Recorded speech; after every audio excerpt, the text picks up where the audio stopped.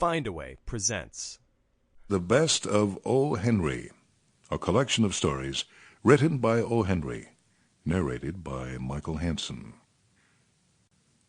The Voice of the City. 25 years ago, the school children used to chant their lessons. The manner of their delivery was a sing-song recitative between the utterance of an Episcopal minister and the drone of a tired sawmill. I mean no disrespect. We must have lumber and sawdust. I remember one beautiful and instructive little lyric that emanated from the physiology class. The most striking line of it was this: "The shin bone is the longest bone in the human body." What an inestimable boon it would have been if all the corporeal and spiritual facts pertaining to man had thus been tunefully and logically inculcated in our youthful minds. But what we gained in anatomy, music, and philosophy was meager. The other day I became confused. I needed a ray of light.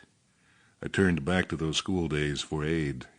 But in all the nasal harmonies we whined forth from those hard benches, I could not recall one that treated of the voice of agglomerated mankind. In other words, of the composite vocal message of massed humanity. In other words, of the voice of a big city.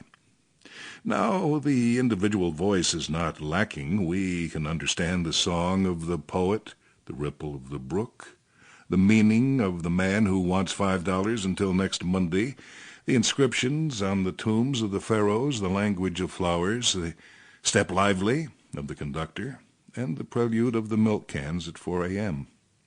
Certain large-eared ones even assert that they are wise to the vibrations of the tympanum produced by concussion of the air emanating from Mr. H. James. But who can comprehend the meaning of the voice of the city? I went out for to see. First, I asked Aurelia. She wore white Swiss and a hat with flowers on it, and ribbons and ends of things fluttered here and there. Tell me, I said, stammeringly, for I have no voice of my own.